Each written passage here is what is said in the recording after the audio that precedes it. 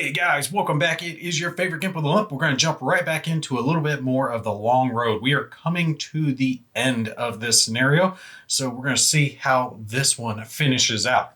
Before we jump into it, I did want to mention for our next Whiskey Charlie, we should be having the episode where we talk about learning rules of games and all the cool stuff, how people do it. We're going to have a couple of guests come on for the show as well. And I was going to be using this as an example because, as I explained to someone else, when you're doing games like this, you're not only doing this game, you're usually learning the next game you're going to do. Like I was learning Enemy Action Kharkov while I was getting this one going. And then you still have the previous game that you've done in your head. So a lot of times videos or viewers have 3-4 games in their head all at one time. And it does start to kind of creep up, especially if they're all hex and counter. And you end up kind of bleeding over the rules, zone of control this way, zone of control that way. But make sure you guys stay tuned for that video. It should be a good one. Mo, Kev, and I jumping on there with a couple of guests talking about how we try to learn these games.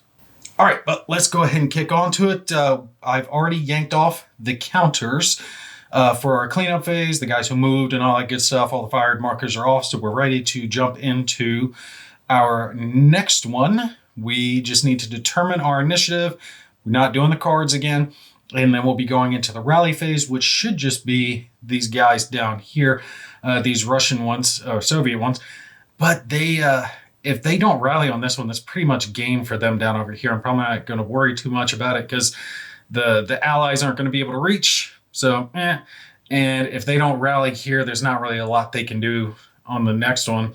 So, honestly, it's really going to depend on how this plays out on who's going to win this game.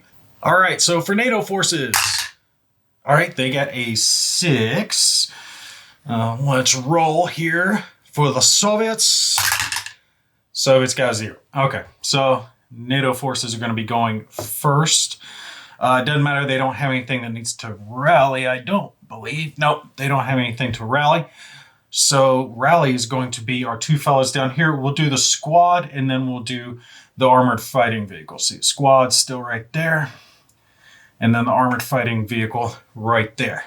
Okay, so for the squad, all right, they do not rally. And for the BTR, they do not rally either. So yeah, not much going on here because the Lycans control it, and the Lycans are not going to move off the objective. So I don't think much is going to happen there. Allies have it. They have nothing left to do. So rally phase over. We go into the fire phase. And now we are absolutely going to be going into back and forth because it is seriously going to matter at this point. But I think there's only a few people who can get shots off right now. Should just be Hood here and the Soviet squad, the infantry squad. I would like to take some shots up here. But if you can tell that little bit of discoloration right there, that means that's a hill. All right. And if this BTR were anywhere near the edge, they could shoot. So they could shoot down, they could shoot up, but they're not. He's back up the hill in the building, which means they have to come up onto this hill to get some shots off. So they're not shooting this round. I really should have taken these guys around a different way. Maybe see if I could get them up to the top of the hill. I just didn't want them popping up and getting shot and killing the chance to take that objective. So we'll have to try to handle them in the close assault phase. So that means the only shot we're going to have to worry about here is going to be Hood. And this is pretty much just a straight him shooting at them shooting back at him is going to be the only thing going on. They both have a firepower of 6. They're both going to get a short range bonus. There's nothing else applying, and they're both going to be counted as forced. Since this is forced. So it's literally Hood shooting and then seeing what happens. And if the infantry survives, then they get to shoot back at Hood and see if they can kill him. Well, there is probably not going to be a lot going on because there is a 2 column shift bonus for Woods. So that's going to be 1 negative. All right, it's not too bad. They're going to be firing on the 4 column because they're getting the 1 shift for short range and then they're losing 2 for 4. So it's going to be down here on the 4 column to see what they roll. So we'll roll for Hood attacking the infantry first. And let's go ahead and mark him as fired so we know he's done. All right, Hood, what do you have? Oh, we got a 2. A 2 on a 4 is going to be, was that 3 or 4? 3. All right, that's not too bad. 3 hits, and they have a morale of 3. So let's see if they can pull a win out of their butt. If they're disrupted, that's pretty much game anyway. All right, so let's roll for them. What do you got, big boy? Oh, that's not great. It's not bad. They are going to be disrupted, and they are going to lose a step. They only saved 1. Well, at least they're not dead. So they will flip, and they are not going to get their chance to fire back because they are now disrupted. That did not work well for them. See, this is why that initiative matters when they're close in on each other. I think that's the only thing that's going to matter for our firing phase, but that's not going to be the only thing that we have going on for firing, because that BTR is going to fire, because that BTR is going to have some opportunity fire. Because if we're looking at it over here, right, so we're done with fire phase. These guys are still disrupted. They didn't rally, so they can't fire. He got disrupted, so he can't fire. He can't shoot through woods. So it means we're going to be going into the movement phase, and none of the Soviets are even going to move. There's no reason to move them. He's staying on the objective because that's the most advantageous place for him to be. Nowhere for him to go, so there's no reason I can't just go ahead and get all the allies moved. He's going to move up so he can potentially get some hurt going later. Doesn't matter, he can't move and fire. But he can still shoot because he hasn't fired. He hasn't moved. He hasn't done shit. And if the allies are moving first, what I want to do is I want to race these guys up and try to put people onto this hex to take him in close combat, because I'm not going to be able to take him any other way. So here's the thing. He's going to go bing, bing, and then unload to here. That's his choice. That's his attempt. But we're stopping here because BTR is op firing on them in this hex. Okay, so he's op firing here to see if he can take out the armored car. Basically, he's got an armor value of 2. All right, so 2 from his 6. He is 6, right? Focusing. Yeah, he's 6. 6 means he's going to be on the 4 column. That little yellow border means he can fire at armored vehicles that are at an armor value of 4 or under. Since his value is 2, he can fire. Means he's going to be firing on the 4 column. Not too bad. Gives him a chance. So let's roll for it. Let me make sure. Yeah, he's on clear terrain. Right, that is clear. Wait, what is that? That looks kind of like grass. What is that? Is that considered rolling? That's not rolling. That's cultivated. No, he is not going to get it because it would be that right number. So no defensive bonus. So it's just flat out the shot. Let's see how many hits they take. 6. That's not great. That's not great. 6 on the 4. Wait. Would he get a short range bonus? Would he get it? I think he would. You know what? Thinking the fire, I think he's going to get a short range bonus. I don't think there's anything else because he's not getting any movement penalty or anything. So he should get a column shift. Let me eyeball this real quick because he's either going to be 1 or 2 hits, and that's going to matter. Nope, no other penalty that's going to apply. He can op fire. So he is going to get a short range bonus. As far as I can tell, he gets that short range bonus, which is going to move him up to the 6 column, which means that is 2 hits on them. Ooh, that's close. Because the vehicle I'm not worried about. It's the infantry that I want. And if they get hit, if they don't pass both of these morale checks, it means they can't unload. Okay. This is key.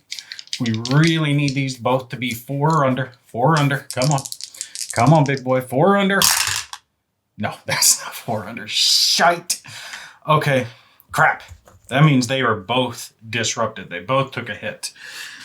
That is unfortunate. He cannot continue his movement, which means they're ending their turn there. Disruption is it's okay. They could still maybe get out of it on the next one, but that slowed him down, which means that's a whole squad. That's 8 close combat things right there. I wanted to get onto him. And these guys have black numbers, which means they should be able to do close combat from an adjacent hex, but we're going to get in the same hex anyway. I think we could just use the Humvee as well. Would the Humvee matter? Okay, so that'd be 13, 15, 15 to 4. It's not going to change anything. So it's still going to be 3 to 1, no matter what else I add to it. Let me see if his sergeant bonus gets him any extra abilities. No, but she has brutal, which means she gets to roll 2 and pick the best. So that's going to make their close combat awesome. So we'll just come up to there and then we'll unload them there so they can do close combat. And I can't remember if black can enter, the black numbers can enter or can't, but we're just going to throw them there for close combat and just be done with it because we're close to the end of this match anyway. So they are going to be able to do close combat. That should be the end of movement phase as well because nothing else is moving. So we should just be able to go straight into close assault. I don't think he can move and fire, but they're unloading in that hex. I don't think I can. No, he shouldn't be able to do. No, he can't. I'm sitting there thinking, I'm like, can I get a shot off with the Humvee? I know it's only 2, but maybe I can disrupt him and that'll get her an extra bigger bonus for this close combat, but it's no big deal. Hudson's still wounded down. I'm knocking all the counters down. So the vehicle's only got a close combat factor of 4. She's got 8. He's got 5. That puts him at 13. If that was 1 more, I would bring the Humvee in 2, but it's not. So just in case, I'm going to leave the Humvee back. So we will be fighting at 3 to 1, but rolling 2 dice and picking the best. So here is our little chart. I don't think anything else is going to matter. I think the infantry might be getting a column shift for the building, but I'm not 100% sure on it, so I'm not going to give it to them since they're already rolling 2 dice anyway, and they've almost creamed the Soviets. So we'll give the Soviets the benefit of the doubt on that one. All right, so let's roll it. Let's see what we get here. Oh, that is why brutal is brutal. That is why brutal is brutal. Huge difference between 7 and 0. 0 is 0.9. 7 is 3.5.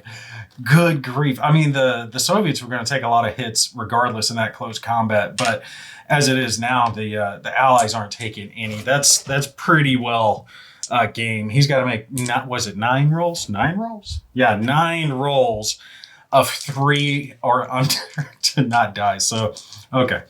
We're going to do 3 sets of 3 here. All right, so our first set of 3. And that's it. That's the game. That's dead.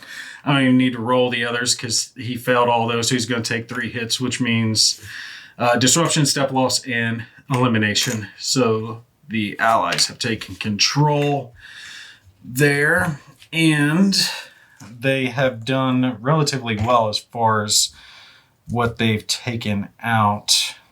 Now, I believe they took out a squad. Did they take out a squad? No, they did not take out a squad. All right, so the Allies took out that.